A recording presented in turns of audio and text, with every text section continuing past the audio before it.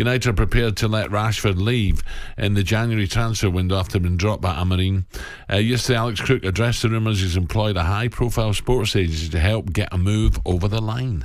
I think he's employed the services of several, including Stella, to try and negotiate a move away. You mentioned that he's been represented by his brother, and I think if there is any move, then whoever does the deal, Dwayne Maynard is going to certainly want to be a big part of that. But Stella, they're the same agency that negotiated Gareth Bale's big money transfer to Real Madrid. They are one of the biggest agencies in the country.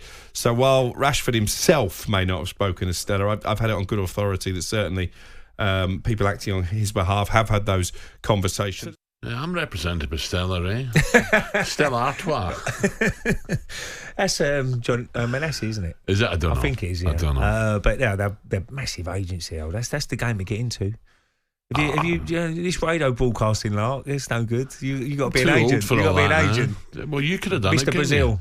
With Jack Wilshere all those years ago. Well, maybe, but it's an unbelievable where people try and move it. That's why there's a lot of speculation, because people try and move people on and upset people, upset clubs and that. But that's the game they're in. So they're trying to get the best deal. According to the press today, I'm just reading, say Rashford has rejected 3 offers to move to Saudi worth up to $35 million a year. I think it's the Sun or the one. The papers say $675,000 a week was on the table for a week. Yes, tax free. For more on this, with John talkSPORT's Manchester correspondent Angelina Kelly. Angelina, very very good morning. Good morning, Angelina. Good morning. What are you hearing up in Manchester, Angelina? What's we're reading so much about it now. It looks like Marcus will be gone sometime this month, but I hope Amlet Ray, Angelina, I don't want to see him go to Saudi, not yet.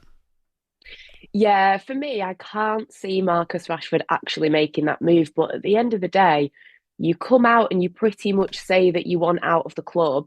And then, what do you expect is going to happen? Not many clubs across Europe are going to either be able to pay his wages or, will want to sign him. Because I guess normally if you bring in a player in January, it's somebody who's going to hit the ground running, who's going to have a really strong impact. And there's no guarantees that Rashford's going to do that. So I think in Manchester, a lot of people, a lot of fans are a little bit disappointed in him. I think for it to have gone the way that it's gone. But then at the same time at Man United, you've got so many different things going on, whether it's, mice in the stadium, Sir Jim Ratcliffe, Marcus Rashford, Luke Shaw, it's all going on. Yeah. With all the speculation, Angelina, there's no doubt in my mind he probably won't play a part at Anfield at the weekend against Liverpool. No, I mean, if you're not including him for the Manchester derby, then I don't think that you would include him for this. And I can, to be honest, I get not everyone will agree, but I can see why Amorim is just, not including him, because if you're trying to rebuild a team and a club and you've got a limited amount of time, he keeps going on about not having enough training time, etc. Why are you going to almost waste your time with someone like Rashford, who has pretty much said that they don't want to be at the club? It's best to focus on players that he's getting something out of. Somebody like an Amad Diallo. Kobbie Mainoo's had a lot of criticism, but I thought as much as that Newcastle game was dire, he did make a bit of an impact, focusing on players like that. But I think the Liverpool game, fans don't even want to go because they're scared as to what they're going to see. Angelina, do you expect people to leave the club in January as well? Or I know everybody's looking at signings. Who can they bring in to bolster the squad? But it's an ageing squad, isn't it, Manchester United? And they might have to get rid of a few. You might have 2 or 3 windows to give the manager a chance with his own squad. I agree. I think that they've got to move some people, because just for the amount of money that they're going to be able to have to spend, I've been told numerous times that Manchester United aren't going to have much to play with. So they're going to have to move some players on. But I think a lot of people are thinking, they'll be able to clear the decks, etc. We all know it's not as simple as that. No. And I think some of these players, unfortunately, are going to be part of Ruben Amorim's squad this time next year, because you can't just get rid of about 10 players in a January window and a summer window. So it's going to be a massive test for him, because some of these players, he's going to have to try and get a tune out of them. Angelina, just a quick one. Luke Shaw, United fans not happy with something to do with TikTok. What's this about?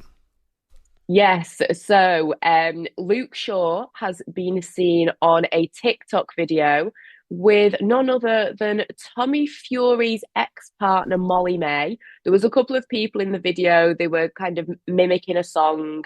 And I think people are just a bit confused because I don't think people realise that there was a space where they coexisted together anyway. But I just think it's not the best look when you've been injured for 4.5 years in total with Manchester United, and you're, having a bit of a laugh and a joke on social media when Man United are in a really difficult time. That's why people are wound up. But I guess on the other hand, footballers are human beings. If he's in a video having a bit of a laugh and a joke, is that the end of the world? But for me personally, I just think if you're a footballer, you're on X amount of money, like I say, you've been injured for so long, you have to have a little bit of awareness, and you have to have awareness of how that's going to look, that you are maybe not too fussed. And we've heard it before about big names at Manchester United talking about when Pogba and Jesse Lingard would be dancing in the dressing room after they've lost a game and things. It's maybe a mentality thing that people just want to see Man United players taking this situation seriously, and I guess having a laugh and a joke with Molly-Mae in the best luck. talkSPORT Breakfast with Alan Brazil. Thursday and Friday morning, 6 till 10. On AM, on DAB, via the talkSPORT app and on your smart speaker. talkSPORT.